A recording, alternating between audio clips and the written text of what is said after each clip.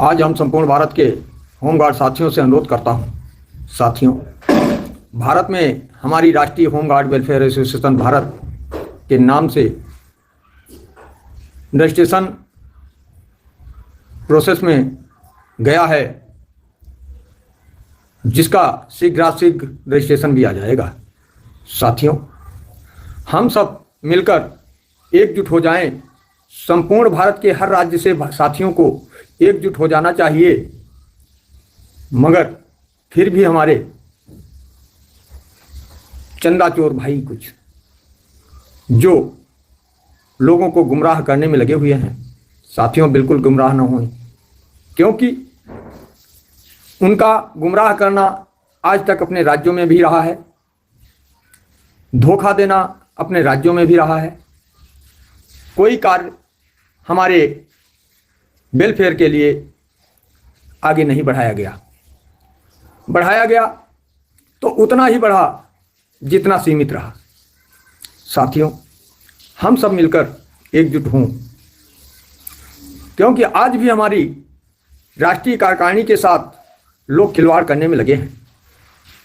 अभी कुछ दिन पहले 17 नवंबर सन 2024 में दिल्ली में एक आह्वान लोगों ने किया। वो हमारे भाई ही हैं, मगर कुल मिलाकर उनका जो कार्यक्रम था दिल्ली में, वो गलत तरीके से रखा गया।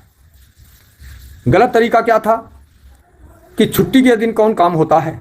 साथियों, आप ही सोचें, न छुट्टी के दिन कोई अधिकारी मिलेगा, ना ही कोई कर्मचारी मिलेगा, और ना ही आपका ऑफिस खुला मिलेगा।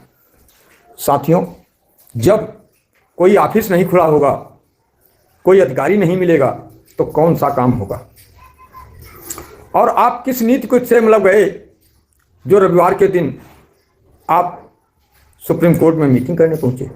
चलो, अच्छी बात है, आप भी होमगार्ड के लिए कार्य कर रहे हैं, फिर भी आपको सोचना चाहिए कि कार्य दिवस में जाना, 10 आदमी अगर इकट्ठा होते हैं तो 100-200 आदमी देखने वाले भी खड़े हो जाते हैं।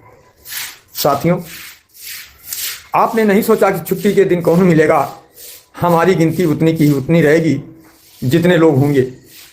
जब 10 आदमी कहीं खड़े होते हैं तो 20 आदमी और भी खड़े हो जाते हैं।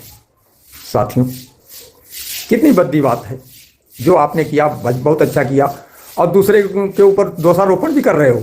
चलो, धन्यवाद, कोई बात नहीं, आपने दोषारोपण किया, मगर ईश्वर चाहे ऐसा न हो और हम लोगों को कोई ऐसा गलत कदम उठाना न पड़े जिससे हम लोगों के लिए, क्योंकि हम भाइयों को, हमारे सभी भाई हैं, चाहे जैसा भाई है, हम सभी होमगार्ड साथियों को मिलकर के अपने कामों में कदम बढ़ाएं और अपने कार्यों को, जो 1946-47, 1962-63 हम लोगों के ऊपर लगा हुआ है, उसमें धारा 8 को संशोधित कराना है। साथियों, धारा 8 संशोधित हो जाने से हम लोगों के लिए परिपूर्ण कार्य और राज्य कर्मचारी और केंद्र कर्मचारी का भी दर्जा मिलेगा। साथियों, हमारी राष्ट्रीय कार्यकारिणी राष्ट्रीय होमगार्ड वेलफेयर एसोसिएशन भारत हमेशा सक्रिय रही है। जब से बनाई गई है, कई बार धरना प्रदर्शन दिल्ली में भी हो चुका है, मीटिंगें भी हुई, जिसमें आज तक कोई भी किसी प्रकार की कोई वारदात भली बुरी नहीं हुई। और गृह मंत्री जी से भी हमारी टीम मिली, उस पर भी कोई टिप्पणी किसी अधिकारी कर्मचारी के द्वारा नहीं की गई, और ना ही धरना प्रदर्शन करने पर हमारे किसी होमगार्ड साथी के ऊपर कोई आंच आई। साथियों, राष्ट्रीय होमगार्ड वेलफेयर एसोसिएशन वो है जो अच्छे सोच कर रास्ता निकालता है, और आप सब मिलकर भारतीय होमगार्ड सुरक्षा बल पर आएं और राष्ट्रीय होमगार्ड के साथ, राष्ट्रीय होमगार्ड वेलफेयर एसोसिएशन के साथ जुड़े। हम पुनः बार बार आप सबसे प्रार्थना करते हैं। साथियों, रजिस्ट्रेशन आने पर तो बहुत भारी भरकम भीड़ होगी, जिसके लिए हम आपको जगह नहीं मिलेगी। साथियों, इतनी भीड़ होगी क्योंकि 4,00,000 लगभग 65,000 4,65,000 भारत का होमगार्ड मौजूदा कार्य कर रहा है, जिसकी संख्या अथाह है। साथियों, आप सब राष्ट्रीय होमगार्ड वेलफेयर एसोसिएशन के साथ आएं और कंधे से कंधा मिलाकर चलें और अपने होमगार्ड एक्ट 1946-47 और 1962-63 में धारा 8 को संशोधित कराकर भारत के होमगार्ड साथियों का शोषण बंद कराएं। इस पर हम सभी लोगों को आगे बढ़ना है, जो केंद्र सरकार के द्वारा ही किया जा सकता है। हमारी राज्यों की सरकारें तो कुछ नहीं कर सकती।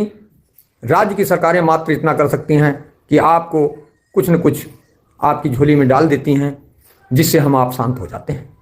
साथियों, इसके लिए हम लोगों को तन मन धन से, अपने धन से दिल्ली के लिए एक बार कूच करना होगा और केंद्र सरकार से प्रार्थना कर अपनी बातों को रखें, जिसको संशोधित कराकर राज्य कर्मचारी और केंद्र कर्मचारी का दर्जा लें। जय हिंद, जय भारत, वंदे मातरम, भारत माता की जय, भारत माता की जय, भारत माता की जय।